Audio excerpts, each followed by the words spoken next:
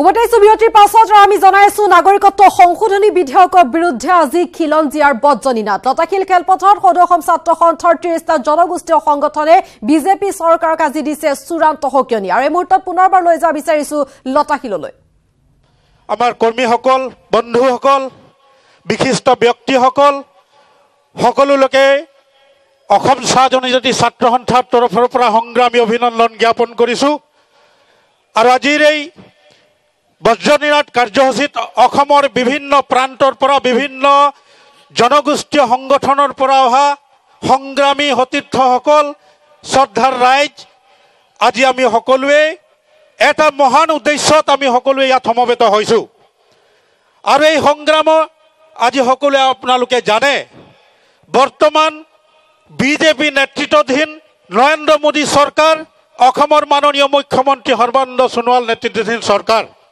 আৰু এই চৰকাৰখনে অসমৰ তথা উত্তৰ পূৰ্বাঞ্চলত যি নাগৰিকত্ব সংশোধনী বিধেয়ক বলপূৰ্বকভাৱে জাপি দিব বিচৰা হৈছে এই বিধেয়ক বিৰোধিতা কৰি অসমৰ ৰাইজ অসমৰ দল সংগঠন সকলোৱে আমি ঐক্যবদ্ধভাৱে হৈ আমি বিভিন্ন ধৰণৰ আন্দোলনৰ কাৰ্যসূচী আমি গ্ৰহণ কৰিলো আমি পথ অৱৰোধ অসম বন্ধ অৱস্থান ধৰ্মঘট ধৰ্ণা কাৰ্যসূচীকে আৰম্ভ কৰি জোৰ সমদল বিভিন্ন প্ৰতিবাদ হল কিন্তু এই প্ৰতিবাদৰ ভাষা চৰকাৰখনে কিন্তু বুজিবৰ কাৰণে তেওঁলোকে চেষ্টা কৰা নাই আৰু তেখেতসকলে অটল হৈ আছে নাগৰিকত্ব সংশোধনী বিধেয়ক তেওঁলোকে বলবৎ কৰিব কাৰ্যকৰী কৰিব গতিকে আমি আজি এই লতাশিলৰ পৰা আমি ক'ব বিচাৰিছো যে চৰকাৰখনে বলপূৰ্বকভাৱে জাপি দিব বিচৰা এই নাগৰিকত্ব সংশোধনী বিধেয়ক কোনো কাৰণত মানি লোৱা নহ'ব ইয়াৰ তীব্ৰ প্ৰতিবাদ কৰা হ'ব আৰু যদি এই বিজেপি দলে যদি বলপূৰ্বকভাৱে জাপি দিব বিচাৰে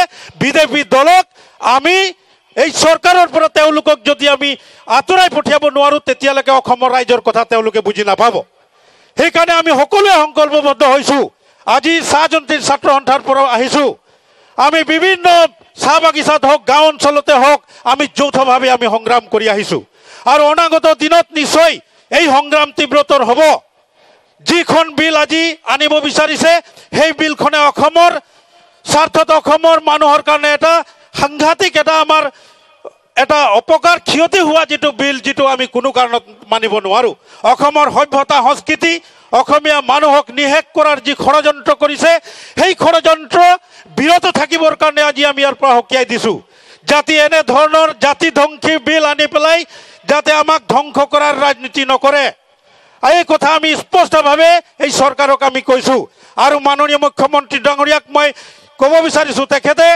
অসমৰ মানুহৰ স্বাৰ্থ থাকক অসমীয়া মানুহৰ লগত থাকক আৰু তেখেতৰ যদি হতাশা আছে আৰু সদিচ্ছা আছে তেতিয়াহ'লে এই বিলখন নাকচ কৰাৰ তেওঁ কেন্দ্ৰীয় চৰকাৰক স্পষ্টভাৱে জনাই দিয়ক আৰু এইখিনিতে ধন্যবাদ জনাব বিচাৰিছো যে অসমৰ অসমীয়া জাতিৰ স্বাৰ্থত অসমৰ স্বাৰ্থত আমাৰ সেই মন্ত্ৰী পদ ত্যাগ কৰি অহা সেই মন্ত্ৰীসকল তেওঁলোকে অন্তত জাতিৰ স্বাৰ্থত অসমৰ ৰাইজৰ লগত আছে সেয়ে তেখেতসকলক আজি তেওঁলোকে পদবী এৰি পেলাই আজি অসমীয়া মানুহৰ অসমৰ মানুহৰ লগত আহিছে গতিকে তেখেতসকলক ধন্যবাদ জনাইছো আৰু এই কথা স্পষ্ট কৰি দিছো যে এই সংগ্ৰাম আজিৰ পৰা গাঁৱে গাঁৱে নগৰে নগৰে চহৰে চহৰে অলিয়ে গলিয়ে কিন্তু যাতে সংগ্ৰামৰ ইয়াৰ পৰা আমাৰ চিঞৰ আমাৰ কণ্ঠ যাতে অসমৰ ৰাইজে গাঁৱে ভূঞে সকলো গম পায় তাৰ কাৰণে আমি সকলো সংগঠন ঐক্যবদ্ধ হৈ আমাৰ সংগ্ৰামখনক আমি তৃণমূল পৰ্যায়ত প্ৰাথমিক পৰ্যায়ত লৈ যাবৰ কাৰণে আজি ইয়াত আমি সকলোৱে সংকল্পবদ্ধ হৈছো গতিকে মই বিশেষ দীঘলীয়া নকৰো আজি যিসকলে আজি উপস্থিত সকলোকে আন্তৰিক ধন্যবাদ জনাই আমাৰ সংগ্ৰাম অধিক তীব্ৰতৰ কৰিবৰ কাৰণে সকলোৱে সংকল্পবদ্ধ হৈ প্ৰতিটো জাতি জনগোষ্ঠীয়ে নিজাববীয়াকৈ হ'লেও আমাৰ নিজৰ ৰাইজক আমি বুজাবৰ কাৰণে আমি চেষ্টা কৰিব লাগিব এই কথা কৈ মোৰ বক্তব্য সামৰণি মাৰিছো ধন্যবাদ জয় আই অসম জয় আই অসম জয় আই অসম আৰু একত্ৰিত হৈছে সকলো পক্ষৰ লোক আৰু আমি জনাইছো বিভিন্ন দল সংগঠনে একত্ৰিত হৈছে ঐতিহ্যমণ্ডিত লতাশিলৰ বুকুত কাৰণ ইয়াৰ পূৰ্বে প্ৰতিবাদ বহু হৈছে কিন্তু প্ৰতিবাদৰ ভাষা বুজা নাই চৰকাৰে নাগৰিকত্ব সংশোধনী বিধেয়ক বাতিল কৰক কেন্দ্ৰীয় চৰকাৰ হুঁচিয়াৰ সৰ্বানন্দ সোণোৱাল হুঁচিয়াৰ নৰেন্দ্ৰ মোদী হুঁচিয়াৰ ইনকলাব জিন্দাবাদ জয় আই অসম জয় আই অসম শ্ৰদ্ধেয় ৰাইজ, এতিয়া আমাৰ মাজত উপস্থিত আছে অসমৰ বিভিন্ন সংকট কালত সততে আমাক দিক দেখুৱাই অহা গুৱাহাটী বিশ্ববিদ্যালয়ৰ প্ৰাক্তন উপাচাৰ্য তথা তেজপুৰ বিশ্ববিদ্যালয়ৰ প্ৰাক্তন প্ৰপাচাৰ্য ডক্টৰ অমৰজ্যোতি চৌধুৰী ছাৰ আমাৰ মাজত আছে। তেখেতৰ মনোভাৱ ব্যক্ত কৰিবৰ কাৰণে আমি অনুৰোধ জনাইছোঁ।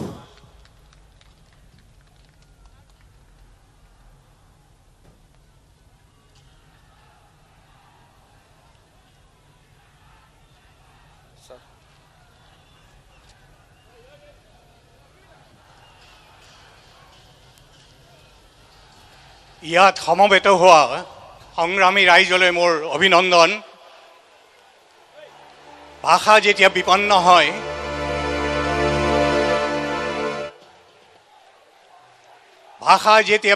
হয়, আই মাতৃৰ যেতিয়া শংকিত হয়, উদ্বিগ্ন হয়, অসুস্থ হয়, তেতিয়া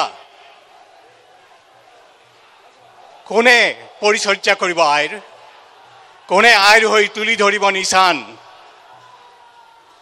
কোনে সঞ্জীৱিত কৰিব আমাৰ ভাষা, কৃষ্টি আৰু অৰ্থনীতি? কোনে বাট কাটি দিব এই নতুন বাটৰ? তাৰেই উত্তৰত আমি নিজকে কওঁ, ইয়াত সমবেত হোৱা সকলোকে চাই আজি মই কওঁ, হে মোৰ অসমৰ সকলো আপোন, হে মোৰ অসমৰ সকলো আপোন, বজ্ৰ নিনাদাই আজি জাগ। হে খিলঞ্জীয়া, বজ্ৰ নিনাদে আজি জাগ। আৰম্ভ হওক।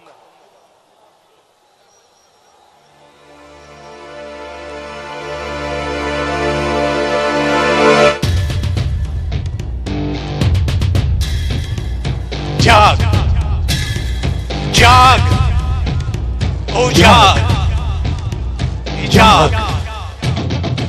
আন্ধাৰতে আছিলে খেৰকুটা পোহৰ,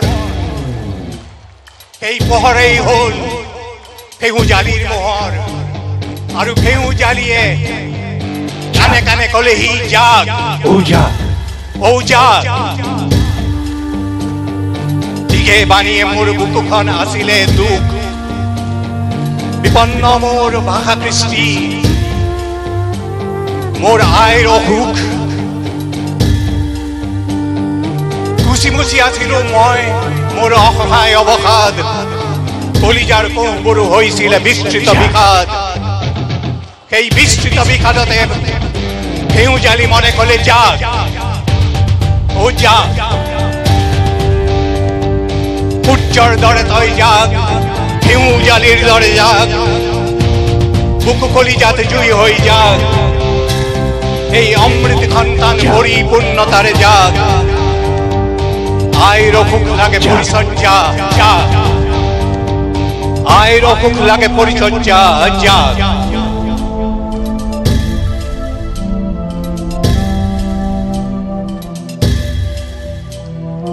অশ্বক্লান্ত এ সময়ৰ আহ্বান, উভতাই আন আই অসমীৰ মান। নোৱাৰি সহিব আৰু লাঞ্ছনা বঞ্চনা জানিৰ অভিজ্ঞান, তুলি ধৰ আইৰ অধিকাৰ নিচান। ও জাগ, ও জাগ, ও জাগ। এই জাগিল, জুই হৈ জাগিল, জাক জাক ফিৰিঙতি চিটিকি পৰিল। আইৰ ৰুগ্ন দেহৰ উত্তাপ হৈ বিয়পি পৰিল, জাক জাক ফিৰিঙতি চিটিকি পৰিল। মোৰ আই, মোৰ অস্তিত্ব, সেই অস্তিত্বক লৈ সংগ্ৰাম চলিল। এই জাগিল, লুইতখনেই যেন বান ভাঙি আহিল। চাউলুং চুকাফা, শংকৰ, বিষ্ণু আৰু সুধাকন্ত, সেই ঐতিহ্যৰ সুঠাম স্বাভিমান পাটকাই পাহাৰৰ দৰেই জাগিল।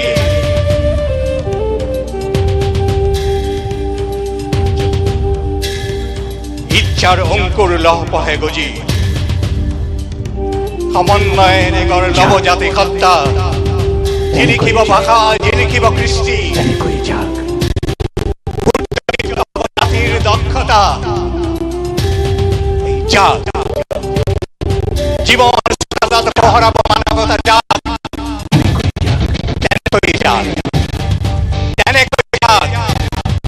মনে প্ৰতি মনে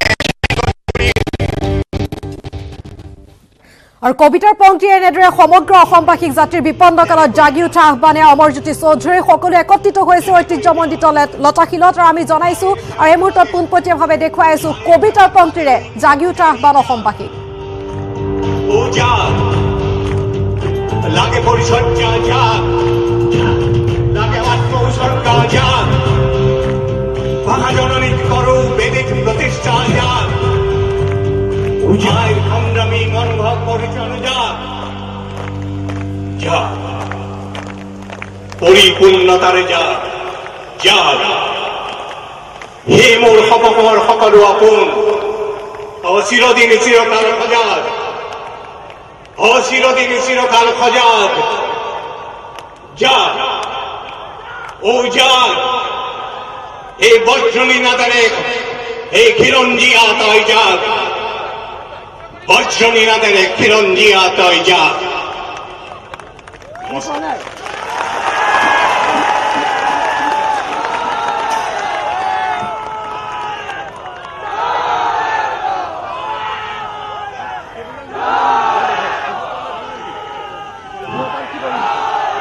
গুৱাহাটী বিশ্ববিদ্যালয়ৰ প্ৰাক্তন উপাচাৰ্য ডক্টৰ অমৰজ্যোতি চৌধুৰী ছাৰক তেখেতৰ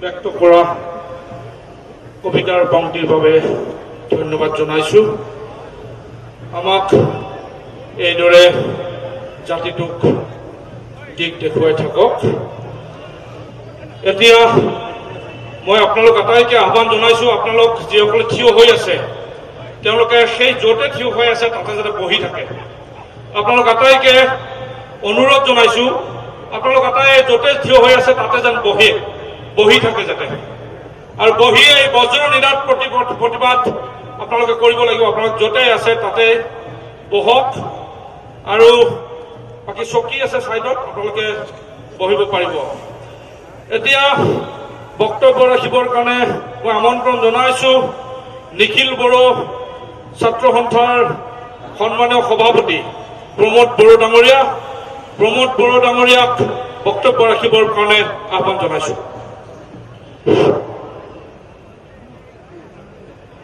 খিলঞ্জীয়াৰ সংগ্ৰাম আজিৰ এই বজ্ৰ দিনত এই কাৰ্যসূচীটো চলাই থকা সদৌ অসম ছাত্ৰ সন্থাৰ শ্ৰদ্ধাৰ সভাপতি ইয়াত উপস্থিত সদৌ অসম ছাত্ৰ সন্থাৰ মুখ্য উপদেষ্টা ডক্টৰ সমজ্জল কুমাৰ ভট্টাচাৰ্যী নেচৰ সভাপতি সম্পাদক লগতে অসমৰ খিলঞ্জীয়া জনগোষ্ঠীৰ বিভিন্ন ছাত্ৰ সংগঠনৰ নেতৃবৃন্দ বুদ্ধিজীৱীসকল ৰাজনৈতিক নেতাসকলৰ লগতে অসমৰ বিভিন্ন প্ৰান্তৰ পৰা শিল্পী তথা সাংবাদিকসকল এই সময়ত সকলোলৈ প্ৰথমতে সংগ্ৰামী অভিনন্দন জ্ঞাপন কৰিছো আজি যিসকলে আহি ইয়াত উপস্থিত হৈছে সকলোলৈ কাৰ্যসূচী সফল কৰাৰ কাৰণে সংগ্ৰামী সকলৰ হৈ মই ধন্যবাদ জনাইছো মই আজি ইয়াত অসম আৰু উত্তৰ পূৰ্বাঞ্চলক কিবা ক'ব লাগে বুলি মই ভাবা নাই এই কাৰণে মই কেইটামান কথা কম আমাৰ বহুত নেতাসকল আছে সকলো বুজি পাইছো আমি ইয়াত কিয় একগোট হৈছো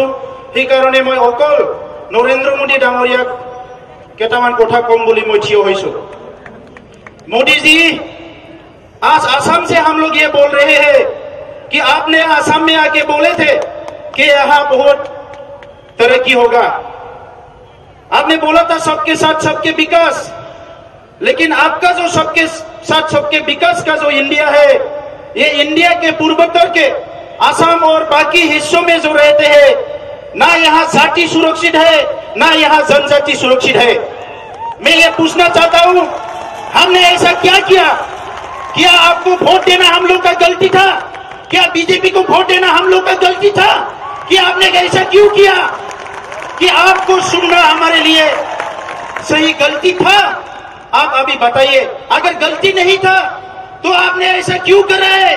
जो असम के लोग नहीं चाहते हैं, पूर्वोत्तर के लोग नहीं चाहते, जो जाति नहीं चाहते, जो जनजाति नहीं चाहते, ये सब आप क्यों करने जा रहा है? आप ये मत भूलिए, 2 MP ज्यादा मिल गया, 2 MLA ज्यादा मिल गया, आपका सरकार बना लिया, तो आप ये देश का राजा नहीं है। ये देश गणतंत्र है, लोकतंत्र है। लोकतंत्र में लोग सरकार चुनते हैं। जैसे लोग ने यहाँ सरकार चुना, ऐसे ही यहाँ के लोग ये सरकार को यहाँ से हरा के हटाना भी जानते हैं। आप मत सोचिए कि आप जो बोलेंगे हम मानेंगे। असम का इतिहास देखिए, पूर्वोत्तर का इतिहास देखिए। पूर्वोत्तर का इतिहास में कभी भी हार नहीं लिखा है। ना ये पूर्वोत्तर का लोग किसी मान से हारा है, ना किसी मुगल से हारा है, कभी भी नहीं हारा है। उस समय पे गोपीनाथ बरदलोई जी, हेमबरुआ जी अगर लड़ते थे, अभी उनका खून जो है अभी भी जिंदा है। इसीलिए आप मत भूलिए, अभी लड़ने वाला कोई नहीं है। यहाँ जाति के लिए भी लड़ने वाले हैं, जनजाति के लिए भी लड़ने वाले हैं। उस समय पे भीमराव देवरी ने जनजाति के लिए लड़े थे, रूपनाथ ब्रह्म ने जनजाति के लिए लड़े थे। अभी भी हम लोग जिंदा है, आप मत भूलिए। आपने बोला था कि यहाँ जो NRC आपने कंप्लीट करेंगे, अभी NRC को क्यों आपने इंतजार नहीं किया?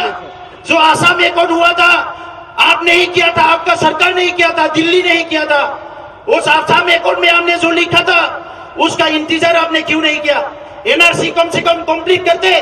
आप देखते थे कितना यहाँ घुस बैठे लोगों है, कितना इंडिया का जेन्युइन सिटीजन है। हम इंडिया का खिलाफ नहीं है, ना हम लोग बेंगोली का खिलाफ है। हम इंडिया का भी खिलाफ नहीं है, बेंगोली का भी खिलाफ नहीं है। लेकिन जो गवर्नमेंट हमारे खिलाफ काम करेगा, उनके खिलाफ है, हम उनके खिलाफ लड़ेंगे। अभी आपका पार्लियामेंट में जो मेजोरिटी है, ये नहीं है कि आप जो मर्जी वो कर सकते हैं। ये लोकतंत्र है, ये मत भूलिए। आप ये मत भूलिए। अभी आसाम में आपका कोई एजेंट है जो आपके बारे में, आपके लिए चिल्ला रहा है। ये एजेंट लोग जो है, कल परसों ये बात बोलना भूल जाएगा। आज थोड़ा सा बहुमत मिल गया तो आप सब कुछ बदलने आ गया। ऐसा बदल नहीं सकते हैं आप।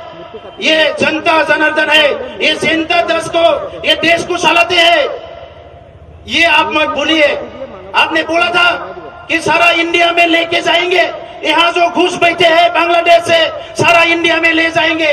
आप बताइए कितना ले जाएंगे? गुजरात में कितना जमीन देंगे आप? गुजरात में कितना जमीन देंगे आप? राजस्थान में कितना जमीन देंगे आप? यूपी में कितना जमीन देंगे आप? बिहार में आप बताइए। और आसाम से आप बोल रहा है सब लोग को ले जाएंगे। कम से कम ले तो जाइए। आपके पास कोई नहीं जाने वाला है। वहां ना बारिश होता है ना पानी है।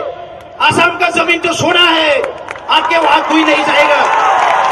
यहाँ के लोगों को आप इतना वीक मत समझिए। हम लोग मेहमान को ठीक से रखते हैं। हम मेहमान नवाजी करना जानते हैं। आप आते हैं तो गामसा देते हैं, चाबी देते हैं, खोराई देते हैं। ये मत भूलिए। ये खोराई देना, चाबी देने से आपको सब दे देंगे, ये नहीं होगा। ये जमीन हमारा है, ये जमीन हमारा है। इसीलिए ये चेतावनी है असम से। आप आने वाले पार्लियामेंट में ये बिल पास नहीं करेंगे। और जो भी आपने योजना बनाया, जो भी पॉलिसी बनाया, ये जल्द से जल्द विथड्रॉ कीजिए, नहीं तो ये मूवमेंट चलता रहेगा। हम किसी का खिलाफ नहीं है, लेकिन जो गवर्नमेंट पॉलिसी, जो गवर्नमेंट का बिल, जो गवर्नमेंट डिसीजन हमारे खिलाफ है, हम इसको कभी नहीं मानेंगे। मरते दम तक इसका खिलाफ करेंगे। कोई हमारा साथ दे या ना दे। आप लोकतंत्र का इज्जत को भी आप समझा नहीं। जिस पार्लियामेंट में बीजेपी और छोटे मोटे कुछ दलालों को छोड़ के बाकी सब पार्टी ने अपोज किया था, ये बिल मत लाइए, लेकिन आपने बिल लाके ये साबित कर दिया कि आप एक डेमोक्रेसी का कोई अच्छा डेमोक्रेसी को चलाने का लायक आप लीडर नहीं है। डेमोक्रेसी में डेमोक्रेसी को समझना पड़ेगा, लोकतंत्र में लोकतंत्र को समझना पड़ेगा। अगर आप हमारे लिए नहीं सोचेंगे, हम आपके लिए नहीं सोचेंगे। तो इसीलिए आपके पास आज पावर है, आप गवर्नमेंट चला रहे हैं, आपके पास पुलिस है, आर्मी है, लॉ है, वकील है, आप कुछ भी कर सकते हैं। इसका मतलब ये नहीं है हम जनता चुप बैठेंगे। तो इसीलिए हमारे ये चेतावनी है असम से। आप जितना भी पॉलिसी लिया है, हमारे असम के उत्तर पूर्वोत्तर के जाति जनजाति को आप खत्म करने का जो भी पॉलिसी लिया है ये जल्द से जल्द विथड्रॉ कीजिए, नहीं तो इसका जो नतीजा होगा ये कभी भी बीजेपी के लिए अच्छा नहीं होगा, ये आप समझ लीजिए। राइज बेसी কথা নকওঁ, সকলো জানে, সকলো সংগ্ৰাম কৰিবলৈ আহিছে, সংগ্ৰাম কৰি জীয়াই আছো, সংগ্ৰাম কৰি জীয়াই থাকিব লাগিব। সেইকাৰণে মই কৈছো সেই সময়ত গোপীনাথ বৰদলৈ, হেম বৰুৱা, বহুত ডাঙৰ ডাঙৰ নেতাবিলাক যুঁজি গ'ল, আৰু আজিৰ মানুহবিলাক যদি শুই থাকে এইটো নহ'ব। কিছুমানে কম্বল খুটা দি পেলাই 5,000 পইচা দি পেলাই আমাক ভুলাই পেলাই আজি সকলো ধ্বংস কৰি দিব ওলাইছে। এনেকে কেনেকে গণতন্ত্ৰ হ'ব? য'ত ৰাইজে নিবিচাৰা কাম কৰাটো এইটো কেনেকে গণতন্ত্ৰ হ'ব? আজি কি শান্তি পাইছে তাত বহি পেলাই ৰাইজে ৰাস্তাত ওলাই আছে, বিহু খাবলৈ পোৱা নাই, বিহু ভালকে নচলিল, অসমৰ বাপুতি সাহোন বিহু জাতীয় উৎসৱ ভালকে নচলিল, অসমত কি ভাল পাইছে? আজি নিজেৰ অকল নিজৰ কাৰণে চিন্তা কৰিলে নহ'ব, জাতি মাটি ভেটিৰ কথা কৈছে। যদি আমাৰ সাংবিধানিক অধিকাৰ নাথাকে, আমাৰ অধিকাৰটো যদি শেষ হৈ যায়, আপুনি জাতি মাটি ভেটি কাৰ কাৰণে ৰক্ষা কৰিব? আমাৰ আইতাসকলে, আমাৰ আগৰ প্ৰজন্মই এই জাতি মাটি ৰখি থৈ দিছিলে। আজি আমাৰ নদীৰ চৰণীয়া পথাৰ শেষ হৈ গ'ল, আমাৰ আজি ফৰেষ্ট অঞ্চল শেষ হৈ গ'ল, চৰ অঞ্চল শেষ হৈ গ'ল, ক'ত বাকী থাকিল আমাৰ? আৰে ইমানে উন্নতিৰ কাম কৰিব যদি বিচাৰিছে, চাকৰি দিয়ক ল'ৰাবিলাকক, বেকাৰ হৈ গৈছে। ওয়াৰ্ল্ড ক্লাস ইউনিভাৰ্সিটি ইয়াত সৃষ্টি কৰক, ইন্ডাস্ট্রি বহাগিয়াতে আমি বাধা দিয়া নাই। 65 মহলা বিল্ডিং বনাম বুলি কৈছে, বনাওক বিল্ডিং, ব্ৰহ্মপুত্ৰৰ ওপৰত আৰু 10 খণ্ডলং দিয়ক, আমি বাধা নিদিওঁ। কেতিয়া ৰাইজে বাধা দিছে? আজি আপুনি সেইটো নকৰি পেলাই গোটেই তেল বিক্ৰী কৰি দিব, যিমান কাগজ কল আছে বিক্ৰী কৰি দিব, চব বিক্ৰী কৰিলে দেখোন কৰিলে কি? অসমৰ কাৰণে বাচিলে কি? গতিকে যিখিনি আছে এইখিনি ওলাই আহি ৰক্ষা কৰিব লাগিব। ৰাইজ অভিনন্দন জ্ঞাপন কৰি এই সংগ্ৰামত আমি আছো আৰু আমি সদায় থাকিম। আৰু এই সংগ্ৰামত মই আহ্বান কৰিম অসমৰ ভাৰতৰ প্ৰকৃত নাগৰিক, আমাৰ ইয়াত বসবাস কৰা আমাৰ বঙালী ভাইসকলে যাতে সহযোগ কৰে, কিয়নো এই সংগ্ৰামটো বঙালীৰ বিৰুদ্ধে সংগ্ৰাম নহয়, কোনো বঙালী বিৰোধী সংগ্ৰাম নহয়, কোনো হিন্দী ভাষী কোনোবা দিল্লীৰ বিৰুদ্ধে সংগ্ৰাম নহয়। এই সংগ্ৰামটো নিজৰ ৰক্ষা কৰা সংগ্ৰাম। এইখিনি কথাকে কৈ সকলোকে ধন্যবাদ জনাই মোক বক্তব্য সামৰিছো। ধন্যবাদ। আৰু একে উদ্দেশ্য সকলো একত্ৰিত হৈছে লতাশিলৰ বুকুত আজি এনেদৰে। আৰু প্ৰমোদ বড়োৱে নৰেন্দ্ৰ মোদীলৈ জনাইছে আহ্বান, তেওঁৰ বাবে জনাইছে কেইটামান বিশেষ দিশ। আৰু এতিয়া প্ৰশ্ন হৈছে সেই আহ্বান কিমান শুনে ৰাজ্য চৰকাৰে, কেন্দ্ৰীয় চৰকাৰে? প্ৰমোদ বড়ো ডাঙৰীয়াক তেখেতৰ বক্তব্যৰ বাবে ধন্যবাদ জনাইছো। মই ৰাইজলৈ এটা পুনৰ অনুৰোধ জনাইছো, আপোনালোকে য'তে আছে তাতে বহি দিয়ক। অনুগ্ৰহ কৰি আপোনালোকক কৈছো, আপোনালোকে য'তে আছে আপোনালোকৰ অলপ কষ্ট হ'ব, কিন্তু সেই ঠাইতে বহি দিয়ক। সদৌ অসম ছাত্ৰ সন্থা জিন্দাবাদ, জনগোষ্ঠীয় সংগঠন জিন্দাবাদ, ইনকলাব জিন্দাবাদ, নাগৰিকত্ব সংশোধনী বিধেয়ক বাতিল কৰক, নাগৰিকত্ব সংশোধনী বিধেয়ক বাতিল কৰক, হিন্দু মুছলমানৰ নামত ৰাজনীতি নকৰিব, ইনকলাব জিন্দাবাদ। ধন্যবাদ। এতিয়া সদৌ অসম ছাত্ৰ সন্থাৰ সাধাৰণ সম্পাদক লুৰিণজ্যোতি গগৈয়ে বক্তব্য ৰাখিব।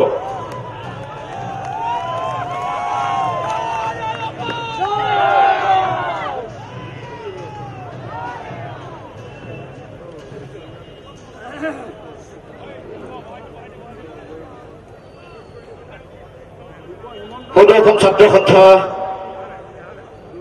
আৰু 30টা জনগোষ্ঠীয় ছাত্ৰ সংগঠনৰ ঐক্যবদ্ধ সংগ্ৰাম খিলঞ্জীয়াৰ বজ্ৰনী নগৰত উপস্থিত থকা অসম আৰু উত্তৰ পূৰ্বাঞ্চলৰ বিভিন্ন প্ৰান্তৰ অতি শ্ৰদ্ধাৰ সংগ্ৰামী ৰাইজ,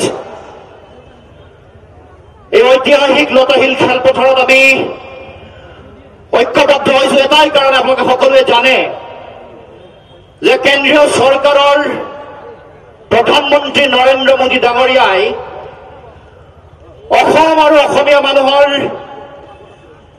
ভাষা, সাহিত্য, সংস্কৃতি ধ্বংসৰ মুখলৈ লৈ যাবলৈ ষড়যন্ত্ৰ আৰম্ভ কৰিছে।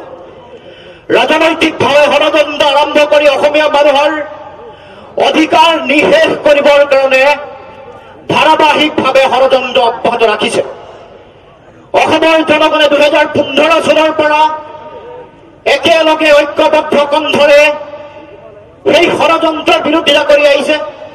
বিৰোধিতা কৰি গাঁৱে ভূঞে অসমৰ প্ৰান্তে প্ৰান্তে চহৰে নগৰে গণতান্ত্ৰিকভাৱে সংগ্ৰাম অব্যাহত ৰাখিছে কিন্তু তথাপিও এগৰাকী অতি অগণতান্ত্ৰিক মানসিকতাৰ মুখ্যমন্ত্ৰী আৰু প্ৰধানমন্ত্ৰীৰ দৰে এগৰাকী অতি ফেচিষ্ট চৰিত্ৰৰ প্ৰধানমন্ত্ৰীৰ চৰিত্ৰ জাহিৰ কৰি প্ৰধানমন্ত্ৰীয়ে অসমীয়া মানুহৰ আবেগ অনুভূতি অসমীয়া মানুহৰ আৰু অসম আৰু উত্তৰ পূৰ্বাঞ্চলৰ এই গণতান্ত্ৰিক ঐক্যবদ্ধ সংগ্ৰামক ভৰিৰে মোহাৰি বলপূৰ্বকভাৱে নাগৰিকত্ব সংশোধনী বিধেয়ক অসমক চাপি দিব বিচাৰিছে আৰু সেইকাৰণে লোকসভাত গৃহীত কৰাৰ পাছত ৰাজ্যসভাত আনিবলৈ তেওঁলোকে কাজৰাজি আৰু ষড়যন্ত্ৰ কৰি থকাৰ এই সন্ধিক্ষণত জাতিৰ এই জটিল সংগীতখনত এই ঐতিহাসিক অসমৰ সংগ্ৰামৰ ধ্বনি লতাশীল খেলপথাৰত ৰাইজ সমবেত হৈ পুনৰ ক'ব খুজিছে যে কোনো কাৰণতে কেন্দ্ৰীয় চৰকাৰ ৰাজ্য চৰকাৰে বলপূৰ্বকভাৱে জাপি দিব খোজা নাগৰিকত্ব সংশোধনী বিধেয়ক অসমৰ জনগণে কোনো কাৰণতে মানি নলয় অসমৰ জনগণে যিকোনো মূল্যৰ বিনিময়ত এই বিধেয়ক প্ৰতিহত কৰিবৰ কাৰণে সংকল্পবদ্ধ আৰু সেই সংকল্প ল'বলৈকে আজি এই লতাশীল খেলপথাৰত সমবেত হৈছে আগন্তুক দিনত এখন চৰকাৰ অতি অবিশ্বাসী চৰকাৰ তেওঁলোকে দেখিছে যে এই চৰকাৰৰ আজ্ঞাবাহী একান্ত বাধ্য ছাত্ৰৰ দৰে অসমৰ মুখ্যমন্ত্ৰীয়ে বিভিন্ন প্ৰান্তত বক্তব্য ৰাখিছে তেওঁলোকৰ লক্ষ্য স্পষ্ট অসম আৰু ভাৰতবৰ্ষৰ বিভিন্ন প্ৰান্তত ধৰ্মীয় মেৰুকৰণৰ নামত তেওঁলোকক বিদেশীৰ ভোট লাগে ধৰ্মীয় মেৰুকৰণৰ যোগেদি যাতে তেওঁলোকে ৰাজনৈতিক বৈতৰণি পাৰ হ'ব পাৰে তেওঁলোকৰ ৰাজনৈতিক অভিষ্ট যাতে সিদ্ধি সাধন হয় তাৰ কাৰণে তেওঁলোকে বিভিন্ন ধৰণৰ কূট কৌশল ষড়যন্ত্ৰ আৰম্ভ কৰিছে ৰাজ্যসভাত আগন্তুক দিনত এখন বিল পাছ কৰিবৰ কাৰণে তেওঁলোকে যিকোনো ধৰণৰ ষড়যন্ত্ৰ কৰিব ফ্ল'ৰ মেনেজমেণ্ট কৰিব তেওঁলোকে প্ৰয়োজন সাপেক্ষে তৃতীয় সংসদীয় সমিতি অধিৱেশন আহ্বান কৰিব প্ৰয়োজন সাপেক্ষে তেওঁলোকে অৰ্ডিনেন্স পাছ কৰিব যিকোনো ধৰণৰ প্ৰকাৰে চলে বলে কূট কৌশলে অসমৰ মাটিত উত্তৰ পূৰ্বাঞ্চলৰ মাটিত বিদেশীৰ বোজা জাপি দি অসমীয়া মানুহৰ ভাষা সাহিত্য সংস্কৃতি যাতে নিশেষ হয় অসমীয়া খিলঞ্জীয়া মানুহে যাতে এইখন অসমত বিদেশীৰ ওচৰত আঁঠু লৈ থাকিব লাগে সেই পৰ্যায়লৈ লৈ যাবৰ কাৰণে চিন্তা চৰ্চা ঐতিহ্যমণ্ডিত লতাশীল খেলপথাৰৰ পৰা আমি দেখুৱাই আছো পোনপটীয়াভাৱে বজ্ৰ নিনাদেৰে খিলঞ্জীয়াক জাগি উঠিবলৈ একত্ৰিত হ'বলৈ আহ্বান জনাইছে আৰু সকলো আজি একত্ৰিত হৈছে জাতি ধৰ্ম নিৰ্বিশেষে সকলো দল সংগঠন সকলো পক্ষৰ লোক আজি একত্ৰিত হৈছে নাগৰিকত্ব সংশোধনী বিধেয়কৰ বিৰুদ্ধে